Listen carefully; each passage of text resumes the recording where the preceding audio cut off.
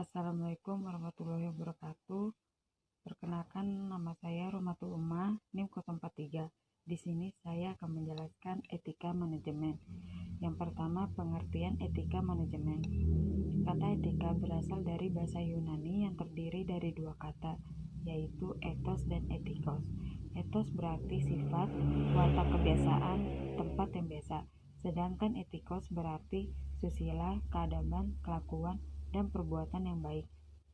Hal ini berarti etika berkaitan dengan nilai-nilai, tata cara hidup yang baik, aturan hidup yang baik, dan segala kebiasaan yang dianut dan diwariskan dari satu orang ke orang lain atau dari satu generasi ke generasi lainnya. Secara istilah, etika bisa disebut sebagai ilmu tentang baik dan buruk atau teori tentang nilai. Dalam Islam, teori nilai mengenal 5 kategori baik buruk, yaitu baik sekali, baik, netral, buruk, dan buruk sekali. Nilai ditentukan oleh Tuhan karena Tuhan adalah Maha Suci yang bebas dari noda apapun. Sedangkan kata manajemen berasal dari bahasa Latin, yaitu dari asal kata manus yang berarti tangan dan agere yang berarti melakukan. Kata-kata itu digabung menjadi kata manajer yang artinya menangani. Etika manajemen merupakan suatu proses dan upaya untuk mengetahui hal-hal yang benar dan yang salah yang berkenaan dengan praktek manajemen yang menjadi acuan seseorang atau sekelompok orang dalam bertindak dan bertingkah laku yang berlaku dalam sekelompok orang atau organisasi tertentu. Selanjutnya, tujuan dan manfaat etika manajemen. Tujuan untuk mempelajari etika manajemen adalah untuk menciptakan nilai akhlak baik yang dapat diterapkan dalam sekelompok, organisasi atau perusahaan. Karena etika adalah cerminan diri sendiri tingkah laku dalam kehidupan bermasyarakat atau sebuah organisasi. Adapun manfaat etika manajemen bagi perusahaan dan organisasi. Yang pertama, pengendalian diri. Kedua, pengembangan tanggung jawab sosial organisasi. Ketiga, mempertahankan jati diri dan tidak mudah untuk terombang-ambing oleh pesatnya perkembangan informasi dan teknologi. Keempat, dapat menciptakan persaingan yang sehat antar perusahaan maupun organisasi. Kelima, menerapkan konsep pembangunan berkelanjutan. Keenam, guna menghindari sifat KKN yaitu korupsi, kolusi, dan nepotisme yang dapat merusak tatanan moral. Ketujuh, dapat mampu menyatakan hal benar itu adalah benar. 8. Membentuk sikap saling percaya antara golongan pengusaha kuat dengan golongan pengusaha lemah. Kesembilan, dapat konsekuen dan konsisten dengan aturan-aturan yang telah disepakati bersama. Yang terakhir, menumbuh kembangkan kesadaran dan rasa memiliki terhadap apa yang telah dimiliki. Lalu yang ketiga, pendekatan dan prinsip etika manajemen. Sebuah etika tidak hanya dibutuhkan untuk kehidupan sosial saja, tetapi dalam dunia manajemen juga sangat diperlukan agar suatu organisasi dapat mengatur tatanan moral yang siap membatasi tindakan. Ada beberapa pendekatan yang dilakukan dalam etika manajemen.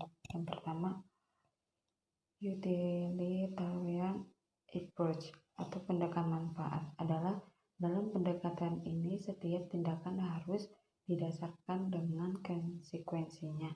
Untuk itu sebelum bertindak harus memberikan manfaat yang besar baru masyarakat dengan cara yang tidak membahayakan dan menggunakan biaya serendah-rendahnya. Yang kedua, individual rights approach. Pendekatan ini memiliki pengaruh besar dalam menghargai dan menghormati setiap tindakan yang dilakukan orang lain.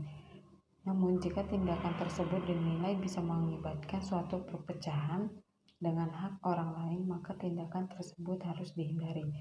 Ketiga, justice approach. Setiap pembuat keputusan memiliki kedudukan yang sama serta bertindak adil dalam memberikan pelayanan kepada pelanggan, baik perorangan maupun kelompok. Etika manajemen memiliki prinsip-prinsip yang bertujuan memberikan acuan cara yang harus ditempuh oleh organisasi untuk mencapai sebuah tujuan, yaitu yang pertama, Prinsip otonomi.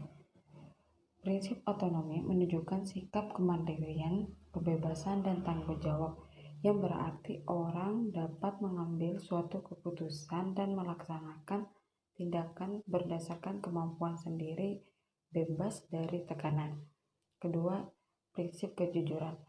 Prinsip ini menanamkan sikap bahwa yang dipikirkan adalah apa yang dikatakan dan apa yang dikatakan adalah yang dikerjakan.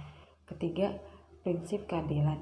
Prinsip ini menanamkan sikap untuk memperlakukan semua pihak secara adil, yaitu suatu sikap yang tidak membeda-bedakan dari berbagai aspek. Keempat, prinsip saling menguntungkan. Prinsip ini menanamkan kesadaran bahwa dalam berbisnis diperlukan ditanam prinsip win-win solution. Artinya, dalam setiap keputusan dan tindakan bisnis harus diusahakan agar semua pihak merasa diuntungkan.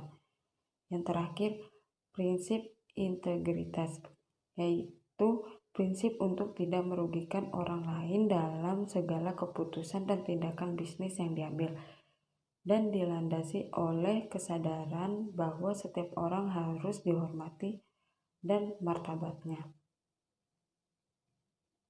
Dan terakhir, faktor-faktor yang mempengaruhi etika manajemen. Yang pertama, niat atau orientasi kerja.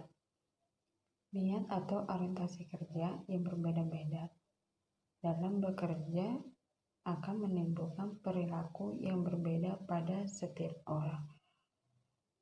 Berikut adalah tipe orang yang berdasarkan orientasi kerjanya. Yang pertama, orang yang bekerja untuk memperoleh uang. Biasanya dalam bekerja dia tidak mau bekerja keras jika tidak mendapatkan uang. Yang kedua, orang bekerja untuk dipuji pimpinan. Selain orang yang bekerja untuk memperoleh uang, ada satu lagi tipe orang dalam bekerja, yaitu untuk mendapatkan pujian dari pemimpin, di mana dia membutuhkan pujian dari pemimpin untuk kerja kerasnya. Jika tidak ada pemimpin, dia biasanya akan bermalas-malasan dalam bekerja. Biasanya orang seperti ini disebut munafik. Ketiga, orang bekerja untuk diri sendiri. Orang yang bekerja untuk diri sendiri sebagian besar bersifat idealis. Jika ia bekerja di suatu perusahaan, maka tujuan idealisnya adalah bisa memajukan perusahaan. Dia tidak begitu memperdulikan gajinya dan usahanya itu sebanding atau tidak. Yang keempat, orang bekerja untuk ibadah adalah orang bekerja yang sesuai dengan esensi penciptaan manusia di muka bumi dalam agama Islam, yaitu tiada lain untuk ibadah kepada Allah. Yang kedua, budaya organisasi. Faktor-faktor yang mempengaruhi budaya organisasi yaitu yang pertama, inisiatif individu, yaitu tingkat tanggung jawab dan kemandirian yang dimiliki tiap anggota. Kedua, toleransi risiko adalah tingkat risiko yang boleh atau mungkin dipikul oleh anggotanya untuk mendorong mereka menjadi agresif, inovatif, dan berani mengambil risiko.